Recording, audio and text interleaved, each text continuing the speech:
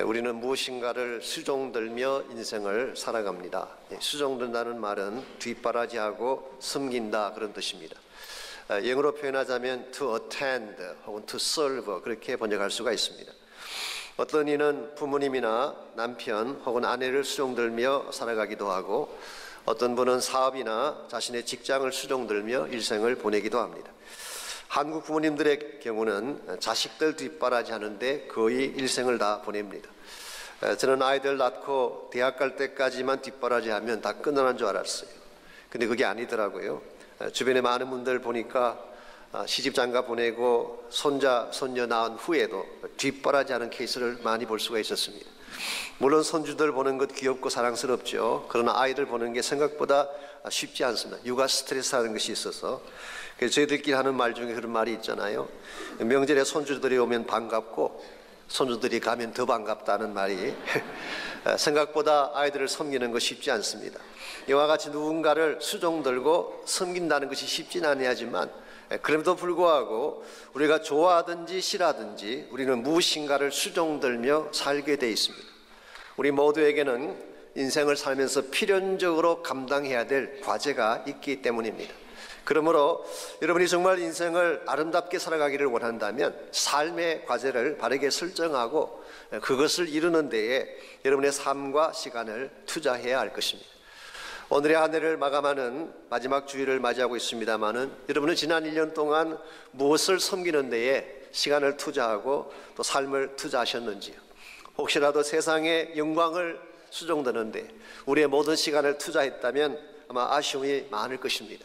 세상 사람들이야 세상 영광이 최고이기 때문에 세상의 성공이 최고이기 때문에 그것을 수종드는데 모든 인생을 투자하겠지만 여러분과 저는 달라야 합니다. 하나님이 기뻐하시고 하나님이 같이 있어 하시는 것에 우리 삶을 투자해야지 참된 열매가 주어지게 되는 것입니다. 하나님께서 우리를 통해 이루기를 원하시는 가장 소중한 것, 하나님이 가장 기뻐하시는 것이 무엇일까요? 그것은 바로 하나님의 나라입니다. 하나님의 나라를 섬기고 하나님 나라 백성들을 수종드는 삶, 이것만이 참된 가치이고 그렇게 살았을 때 남길 수 있는 열매가 가장 아름답습니다.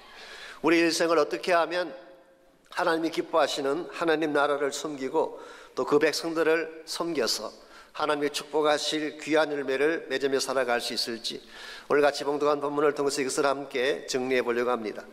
오늘 같이 읽은 본문에 보시면 열방을 향한 하나님의 비전이 기록되어 있습니다. 14장에서는 사도 바울이 교회 안에 있는 믿음이 연약한 자들에 대한 문제를 다루었죠. 하나님의 신앙 공동체 안에 있는 연약한 지체들. 지난주일 다루었던 15장 1절에서 7절까지에서는 연약한 이웃들에 대한 우리의 책임을 다루었습니다. 그런데 오늘 본문에 들어와서는 그 범위를 열방까지 확장하고 있는 것을 볼 수가 있습니다. 교회 안에 있는 지체를 섬기는 것도 중요하고 우리의 이웃을 섬기는 것도 중요하지만 하나님이 진짜 기뻐하시는 것은 궁극적으로 열방을 품고 섬기는 것입니다. 그래서 11절 말씀 보시면 모든 열방들아 주를 찬양하며 모든 백성들아 그를 찬송하라고 했습니다.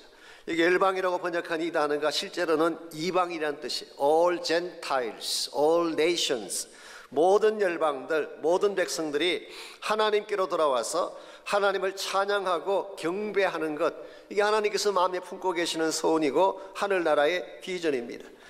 요한계시록 7장 9절과 10절을 보게 되면 이와 같은 하나님 나라 비전을 미리 잘 보여주신 말씀이 나옵니다. 각 나라와 족속과 백성과 방언에서 아무도 능히 설 수 없는 큰 무리가 나와 흰옷을 입고 손에 종려가지를 들고 보좌 앞과 어린 양 앞에 서서 큰 소리로 외쳐 이르되 구원하심이 보좌에 앉으신 우리 하나님과 어린 양에게 있도다. 이게 하나님께서 꿈꾸고 계시는 우리 모두가 천국 갔을 때 볼 수 있는 하나님이 가장 마음에 품고 계시는 환상이요 비전이라고 할 수가 있습니다.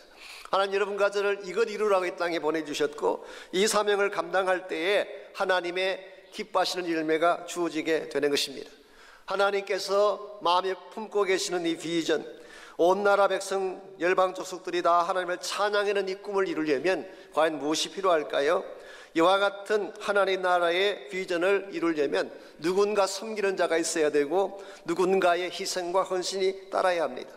과연 이와 같이 하나님 나라를 이루기 위해서 결정적으로 희생하신 분, 이 모든 하나님 나라 비전의 근본 원인자가 누구인가라고 하는 것이 오늘 본문에서 소개하고 싶어하는 핵심 중에 하나입니다.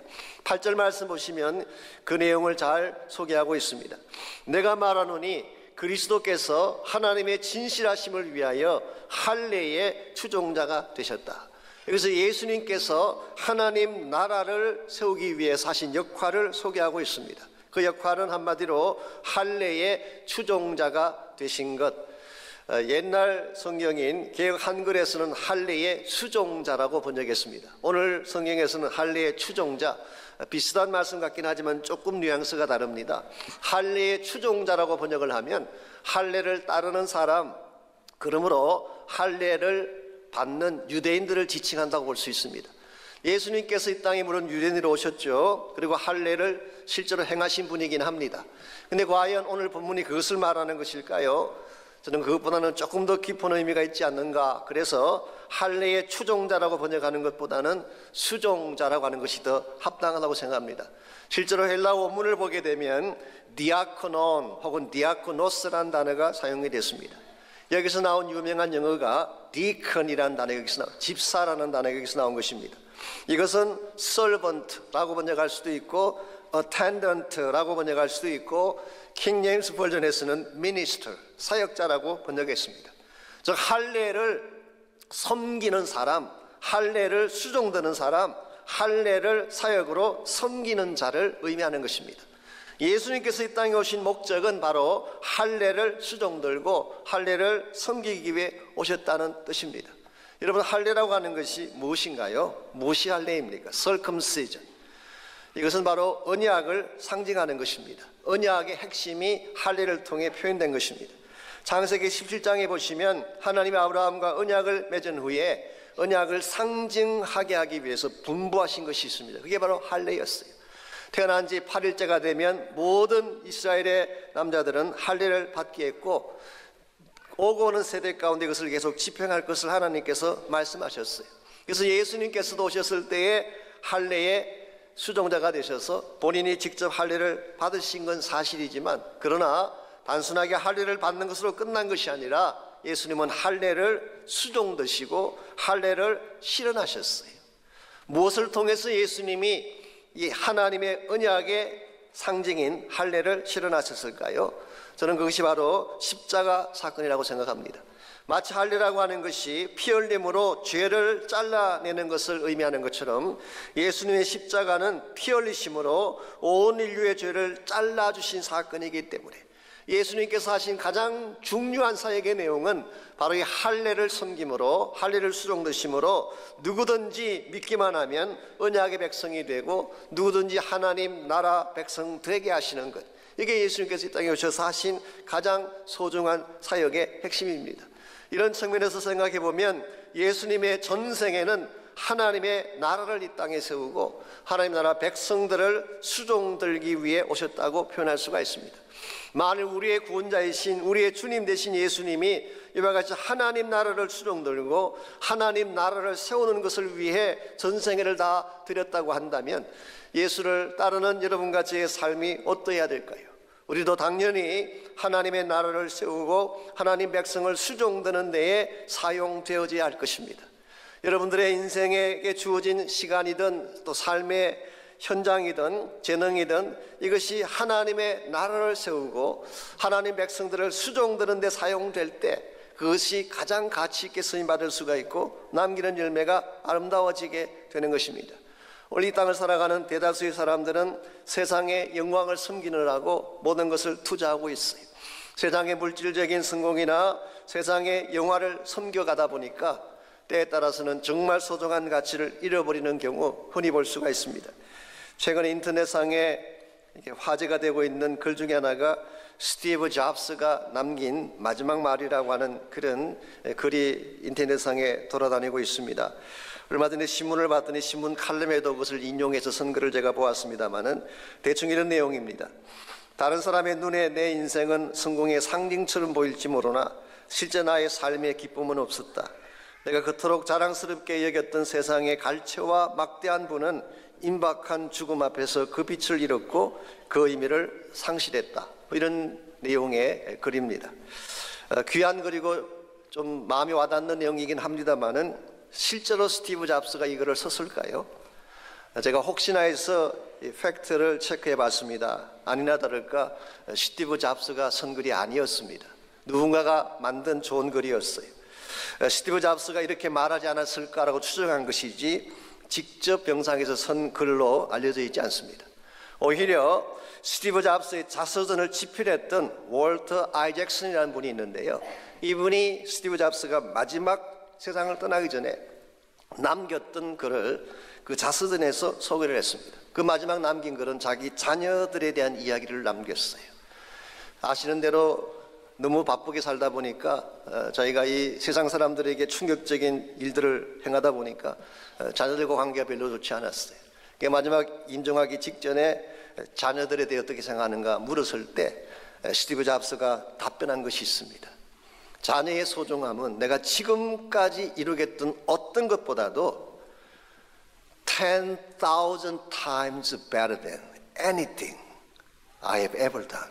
내가 지금까지 행했던 어떤 것보다도 10,000배나 더 귀하고 소중한 것이다. 아마도 그의 마음속에 이 땅에 사는 동안에 참 가치였던 자녀들과의 관계를 바르게 하지 못한 것에 대한 후회, 아마 그 아픔이 그 고백 속에 스려 있지 않나 생각을 했습니다. 여러분들 스티브 잡스에게만 이런 후회가 있을까요? 우리에게는 이런 후회가 없을까요? 좀 더 잘 살았더라면 좋았을 것을, 좀 더 사랑했더라면 좋았을 것을, 좀 더 소중한 것을 위해 내 인생을 드렸더라면 좋았을 것을, 이와 같은 후회의 마음이 우리에게는 없을까요? 여러분 스티브 잡스에게만 마지막 죽음의 순간이 찾아올까요? 그렇지 않습니다. 여러분이 인정하든 인정하지 아니하시든 언젠가 우리 모두에게도 그날은 오는 것입니다. 우리도 언젠가는 침상에서 마지막 숨을 내몰아쉬면서 내 인생을 평가하고 회고할 날이 반드시 올 것입니다. 그때 우리가 후회하지 않고 당당하게 이 땅의 삶을 마감하려면 이 땅에 사는 동안에 진짜 해야 될 바른 일을 해야 하는 것입니다. 우리의 삶이 무엇을 향해 들여지게 되면, 무엇을 향해 내 삶이 투자되어지게 되면 가장 아름답고 가치 있는 것일까요? 그것은 이미 말씀드린 것처럼 하나님 나라를 수종드는 자가 되는 것입니다. 하나님 나라를 세우고 그 나라의 백성들 한 영혼 한 영혼들을 수종들며 살아감으로써 하나님의 뜻을 행하고 하나님의 기뻐할 열매들을 남길 수 있을 때 우리 삶은 극대화지고 하나님 앞에 영광이 되는 것입니다. 우리가 이 세상의 영광이 아닌 하나님 영광을 위해, 하나님 나라의 영광을 위해 살아가게 되면 어떤 귀한 열매들이 맺혀질 수 있을까요? 오늘 본문에 보시면은 예수님께서 하나님 나라의 수종자가 되셨기 때문에 남길 수 있었던 세 가지 열매가 오늘 본문에 나열되어 있습니다. 이것을 하나씩 살펴보게 되면 우리가 하나님 나라 수종자가 되면 어떤 열매를 남길 수 있을지를 깨달을 수가 있습니다. 첫 번째로 하나님 나라의 수종자가 되면 하나님의 약속을 손에 잡게 됩니다. 하나님의 나라를 섬기는 수종자가 될 때 비로소 하나님의 약속이 나의 소유가 되고 나의 것이 되는 것입니다. 8절 말씀 다시 보시면 예수님이 할례의 수종자, 즉 하나님 나라의 수종자가 되심으로 맺게 된 첫 번째 열매를 다음과 같이 묘사하고 있습니다. 하나님의 진실하심을 위하여 할례의 수종자가 되셨으니 이는 조상들에게 주신 약속들을 견고하게 하셨다고 했습니다. 예수님이 할례의 수종자가 되고 하나님 언약을 섬기는 자가 됨으로 말미암아 맺을 수 있었던 첫 번째 열매는 하나님의 약속을 견고하게 만든 것입니다. 이게 견고하게 했다 이 말의 뜻은 사실은 컨폼했다는 뜻입니다. 확정지었다, 이루어지게 했다, 그런 의미를 담고 있습니다. 하나님이 조상들에게 주신 약속이 실제로 무엇을 뜻할까요? 여러분 창세기 12장을 보게 되면 아브라함을 부르셨을 때에 세 가지 약속을 하나님이 주셨어요. 그게 이스라엘의 조상들에게 주신 약속, 오늘 본문이 말하는 조상들에게 주신 약속들에 대한 내용입니다. 첫 번째가 땅에 대해서 약속하셨습니다. 가나안 땅을 주겠다, 약속의 땅이죠. 두 번째로 큰 민족을 약속해 주셨어요. 엄청나게 큰 민족을 만들어주겠다. 세 번째로 복의 근원됨에 대해서 말씀하셨어요. 너로 말미암아 모든 족속이 복을 받게 될 것이다. 하나님이 아브라함을 부르셔서 창세기 12장에서 이 약속을 주셨는데 그때 아브라함의 나이가 한 75세 정도 되었다고 성경은 기록합니다. 근데 75세 때 받은 이 아브라함의 약속이 언제 컨펌 되는지 혹시 아십니까? 언제 이것이 확정되고 실제로 손에 잡혀지게 되었는지. 그것이 창세기 22장에 갔어요. 창세기 22장에 갔을 때는 아브라함의 나이가 제 추정으로 한 115살 정도 됐을 때예요. 처음 약속을 받았을 때부터 한 40년 정도의 세월이 흘렀을 때, 자, 무슨 사건을 통해 이것을 컨펌하셨을까요? 창세기 22장에는 이삭을 모리아 산에 제물로 바치는 사건이 기록되어 있습니다. 우리가 이미 아는 내용이긴 합니다만은 아브라함의 생에 있어서 가장 어려웠던 시험이 이 시험이었어요. 하나님께서 하루는 아브라함을 부르시더니 내 독자 이삭을 모리아 산에 제물로 바치라 그렇게 말씀하셨어요. 이 아들이 어떤 아들입니까? 100세 얻은 아들 아닙니까? 그때까지만 하더라도 하나밖에 없는 아들, 이 아들 바치고 나면 아브라함에게 남는 게 아무것도 없어요. 아브라함의 생보다 더 귀한 것인데 하나님께서 그 아들을 바치라고 말씀하셨어요. 그때 아브라함이 자기의 이성적인 판단으로는 도저히 이해가 되지 않지만 믿음으로 순종했습니다. 그리고 3일 길을 걸어가서 그 아들을 산에 데리고 올라가서 직접 잡으려고 했어요. 그때 하나님의 사자가 나타나셔서 멈추게 하셨습니다. 너가 너의 아들 내 독자까지도 나를 위하여 아끼지 않는 것을 보니까 이제야 내가 하나님을 경외하는 줄 알게 되었노라. 물론 옛날에도 아브라함이 하나님을 경외했겠죠. 하나님을 믿었겠죠. 그런데 하나님의 믿음이 프루븐되어진 날, 하나님을 향한 아브라함의 믿음이 확정된 날이 바로 이 시험을 이겼을 때였어요. 그리고 나서 하나님께서 순양 한 마리를 준비해 두셔서 이삭 대신 바치게 하셨습니다. 그래서 그 산 이름을 뭐라고 부르게 되나요? 여호와 이르라고 부르게 되었다 성경 기록하고 있습니다. 이와 같이 참 어려운 시험이긴 하지만, 힘든 시험이긴 하지만 아브라함이 이 독자 이삭을 모리아 산에 바치는 이 시험에 순종했을 때에 그때 창세기 22장 15절에서 18절에서 하나님이 처음 주신 그 약속을 컨펌 시켜 주셨어요. 17절 18절에 보면은 내가 너에게 큰 복을 주겠고 너의 씨가 크게 번성하여 하늘의 별과 바닷가의 모래처럼 될 것이고 내 씨로 말미암아 천하 만민이 복을 받게 될 것이다.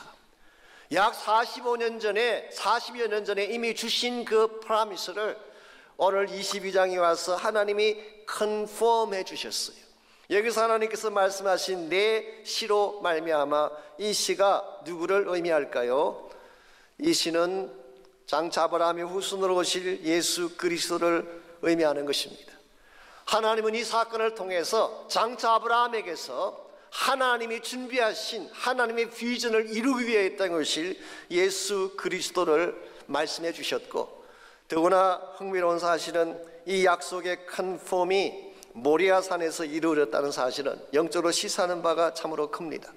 왜냐하면 바로 이 산 위에 이 사건이 일어나고 나서 약 2000년 후에 이 산의 한 모퉁이에 예수 그리스도의 십자가가 세워졌기 때문입니다. 즉 하나님은 어린 양 대신 예수를 이 땅에 보내시고 십자가에서 죽게 하심으로 하나님께서 오래전에 약속하신 그 약속이 컨펌되게 하시고 실현되게 하신 것입니다. 여러분, 하나님은 굉장히 많은 약속들을 갖고 계시고 여러분과 저를 향한 위대한 약속을 갖고 계세요. 근데 하나님의 약속이 아무리 위대해도 믿음으로 받아 순종하지 아니하면 그것은 이루어질 수가 없습니다. 약속에 문제가 있는 것이 아니라 약속을 받는 우리가 바로 믿음으로 순종하지 아니하면 그 약속은 의미가 없고 가치가 없는 것입니다. 이러면서 여러분이 성경을 보시든지 하나님의 말씀을 붙드실 때에 말씀을 보시면 지나치지 마십시오. 말씀을 붙잡으시기 바랍니다. 믿음으로 액셉트하고 순종하게 되면 그때 그 말씀 속에 담겨져 있는 축복이 여러분의 소유가 되는 것입니다. 기독교 역사 속에서 하나님 나라를 수종들었던 위대한 인물들의 스토리를 공부해 보게 되면요, 대체적으로 그 사람들이 하나님 약속을 붙들었던 사람들이에요. 여러분이 잘 아시는 미국의 백화점 왕 중에 존 워너메이크라는 분이 계시잖아요. 너무나 유명한 분. 벽돌공 출신의 가난뱅이였지만 미국에서 최초로 백화점을 시작해 디파트먼트 스토어를 처음 시작한 분이 그분이었어요. 그리고 나서 수백억 대의 거버가 되었던 사람, 그분이 바로 존 워너메이커라고 하는 분이었습니다. 한국의 YMCA 지어준 분도 이분이었어요. 이분에 관한 어록은 굉장히 많습니다만은, 예를 들면 고객은 왕이다, 고객은 항상 옳다, 이게 그분이 처음 하신 말씀이에요. 미소와 악수는 돈도 시간도 안 든다, 그런데 사업을 번창하게 한다, 이것도 그분이 하신 말씀이에요. 미국의 23대 대통령인 해리슨이 이 존 워너메이커를 최신부 장관으로 삼으려고 장관직을 제의를 했습니다. 그랬더니 1000마디로 거절했어요.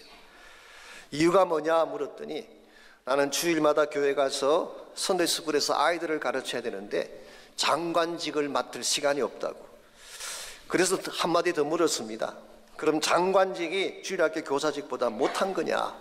그들이 답을 하기를, 당연하다.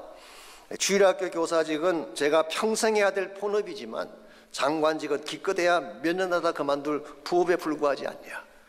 참, 이 정도는 돼야 되지 않겠어요?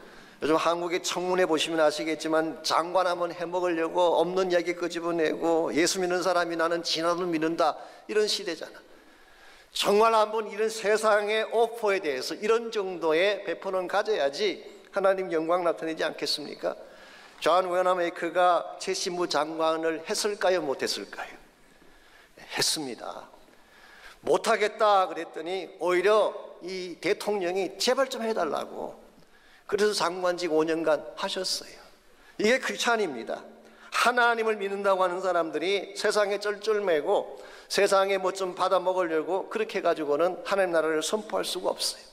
이 존 워너메이커가 그의 사업 60주년을 맞이하게 됐을 때 기자 한 분이 와서 질문을 했습니다. 당신이 지금까지 투자한 것 중에 최선의 투자가 무엇인가 물었을 때 그는 주저없이 대답을 했어요. 내가 11살 때 이불 75센트 주고 산 성경이다, 그렇게 이야기했었어요. 11살 때 아무것도 가지지 않은 벽돌공 출신의 가난뱅이 아이가 11살 때 이불 75원 주고 샀던 성경 한 권, 그 책 속에 담겨져 있는 말씀을 읽고 그 약속들을 읽어가는 가운데에 미국의 가장 위대한 인물 중에 한 명이 된 것입니다. 존 워너메이커가 평생 표어로 삼았던 3T가 있어요. 3가지 T자가 있습니다. 첫 번째가 thinking, 말씀으로 생각하라, 그것입니다. 말씀을 가지고 생각해라.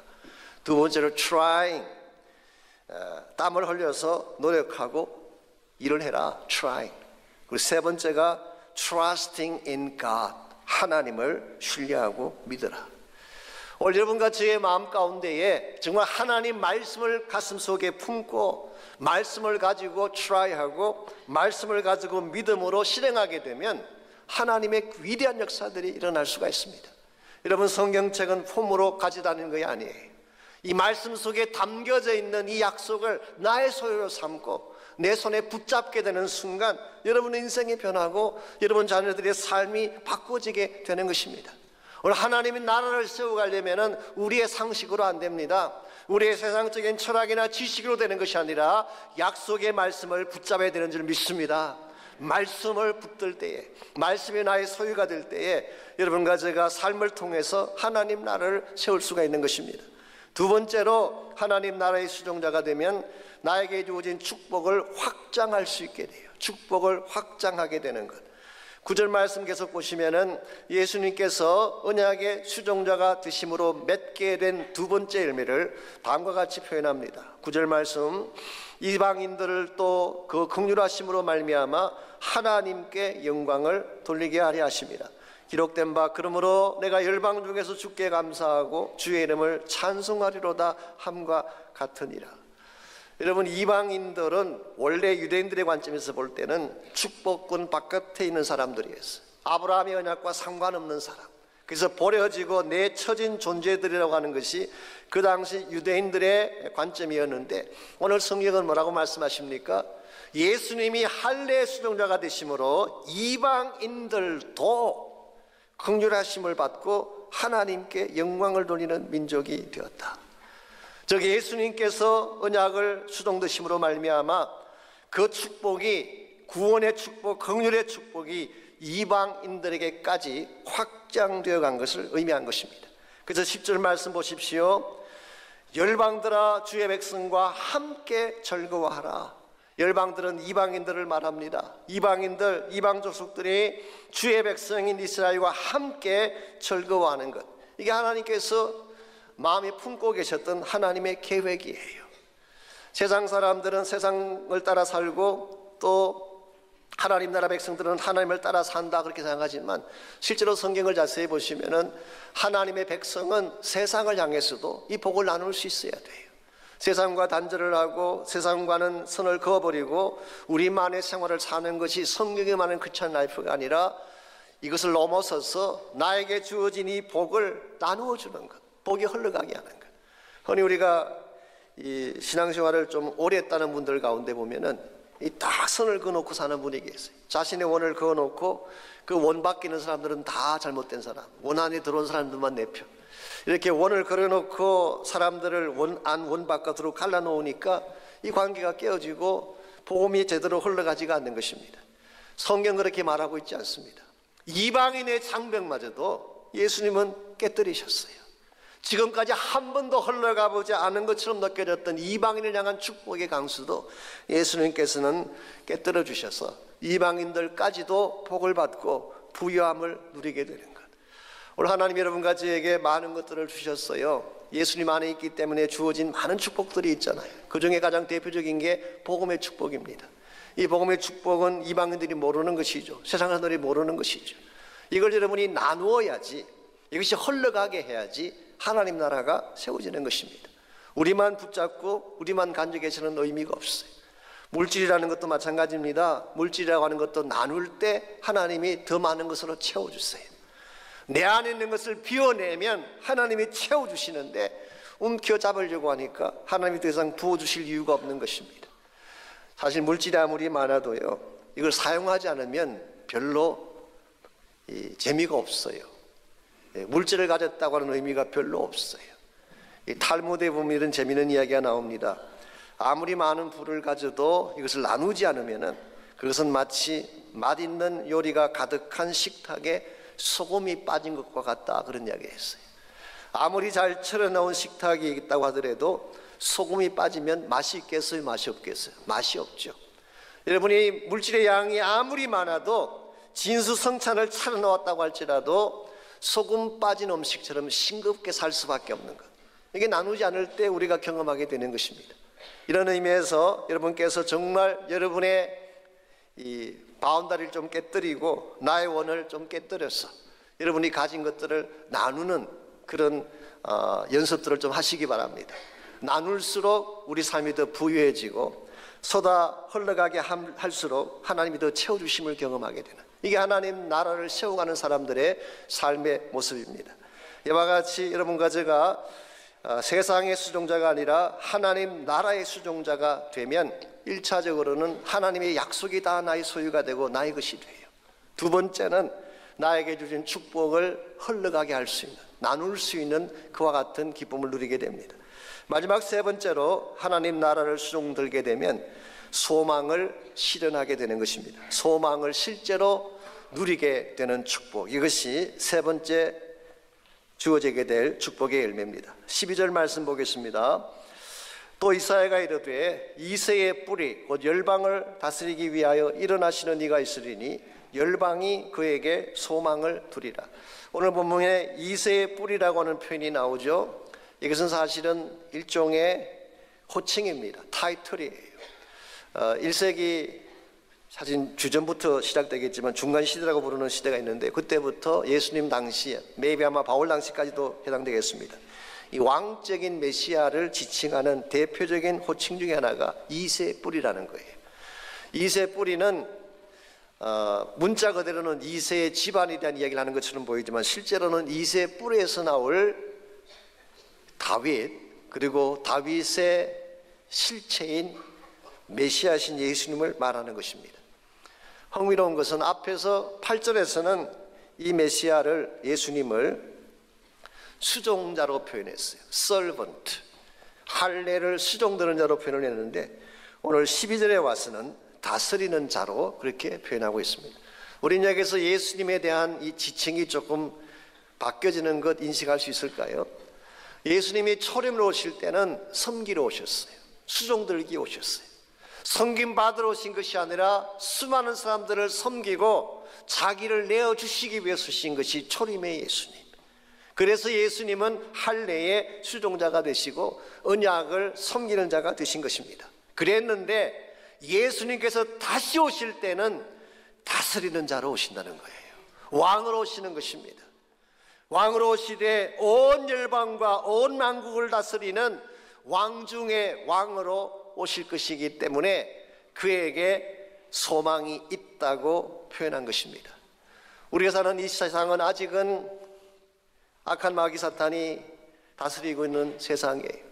사탄의 왕국이 지배하고 있고 죄와 어둠의 권세가 우리를 다스리는 시대를 우리가 살고 있지만 예수님 다시 오시는 그날에 오게 되면 사탄의 왕국이 무너질 거예요.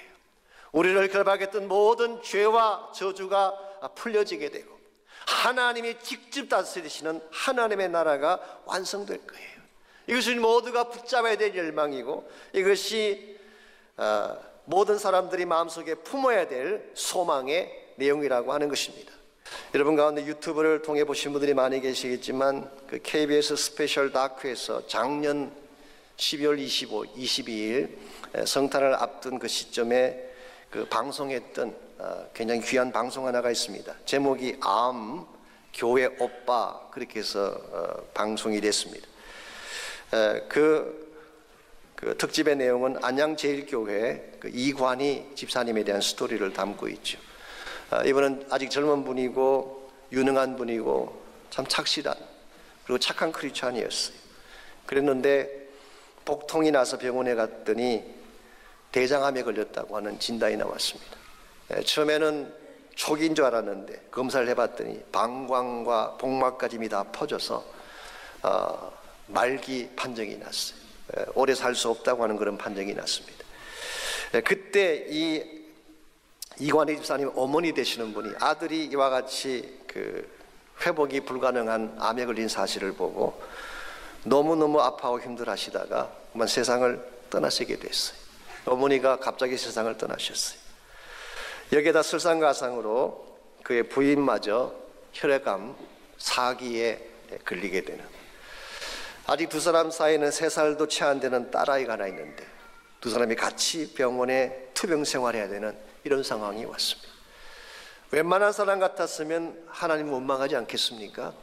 웬만한 사람 같았으면 예수 믿어도 소용없네 그리고 신앙 떠나지 않겠습니까? 그런데 그분은 그렇게 하지 않았어요. 물론 처음에는 하나님이 이해가 안 가고 온 집안이 망하는 것 같고 두렵고 힘들긴 했지만 하나님 앞에 기도하는 가운데에 성령께서 그 마음속에 주시는 위로를 통하여서 그의 마음속에 이런 소원이 생기기 시작했습니다. 내가 비록 암으로 말미암아 죽어가고 있긴 하지만 나의 고난을 통해서 하나님 영광을 나타낼 수 있다면 나를 사용해 주십시오. 그랬더니 KBS에서 연락이 왔어요. PD가 연락을 했어요. 당신의 그 아파하는 그 현실을 방송을 좀 하고 싶으니까 방송에 출연해 주지 않겠느냐. 처음에는 망설이긴 했지만 혹시라도 이것 때문에 누군가가 힘을 얻고 또 하나님의 영광을 나타낼 수 있다면 하자. 그래서 방송에 나갔어요. 이 방송이 방영되고 나서 어떤 일이 벌어졌는지 아십니까? 그야말로 센세이션이라고 할 정도로 수많은 사람들이 감동을 받았어요. 어려움 가운데 있던 사람들, 암을 앓고 있던 사람들이 이걸 보고 얼마나 힘을 얻게 됐는지, 몇 편의 설교보다도 훨씬 더 설득력 있는 큰 울림이 되어서 많은 사람들에게 예수님을 소개하는 기회가 됐습니다. 내가 지금 당하는 고통 아프긴 하지만 어떤 사람이 손익계산서를 따져가지고 내가 받는 이 고통이라는 이 마이너스를 다 빼고 나면 남는 게 뭐가 있겠느냐 그렇게 말할지 모르지만 하나님이 나에게 주신 은혜는 내가 이 땅에서 당하는 모든 고난을 제하고도 넉넉히 남는 은혜야. 나에게 주어진 역경과 심지어 죽음마저도 예수님의 보혈보다는 크지 않단다. 얼마나 위대한 설교입니까? 얼마나 위대한 선포입니까? 이 귀한 분이 작년 9월 16일 천국으로 가셨어요. 저는 그렇게 생각합니다. 이분은 비록 암을 앓았지만, 고통 가운데 있었지만, 이 땅에 살면서도 그는 이미 천국을 살았다고 생각합니다. 그리고 그의 영혼이 하나님 앞으로 가서 얼마나 하나님의 칭찬을 받고 위로하심을 받겠어요. 여기에 우리의 소망이 있는 것입니다. 세상에서 잘 먹고 잘 사는데 우리의 소망이 있는 것이 아니라 예수님 안에 있는 이 소망, 참된 죄사함에서 오는 참된 기쁨과 이 평강의 소망, 그리고 우리의 영혼을 보낼 수 있는 하나님의 품 안에서 누리는 이 소망, 이 소망을 바로 깨닫고 이것을 누릴 수 있어야지 여러분을 통해서 하나님 나라를 증거할 수가 있습니다. 우리에게 주어진 인생 그냥 살다 오라고 주신 인생 아니에요. 하나님의 나라를 수종들고 하나님의 나라 백성을 수종들고, 그래서 하나님의 영광된 목적을 이루라고 여러분과 저를 하나님이 이 땅에 보내주셨습니다. 우리도 언젠가는 이 땅을 떠날 것입니다. 그날이 언제인지는 아무도 모르지만 언젠가는 우리 인생의 마지막 날이 올 것입니다. 그때 과연 나는 무엇을 위해 살아왔다고 고백할 것인지, 무엇을 남겼다라고 고백할 것인지, 우리 모두가 주님 앞에 갔을 때에 하나님 앞에 올려드릴 열매가 무엇이라고 고백할 수 있을지, 이것을 여러분께서 잘 점검하시고 한 분을 살아도 하나님 나라 목적을 위해 바르게 사시기를 바랍니다.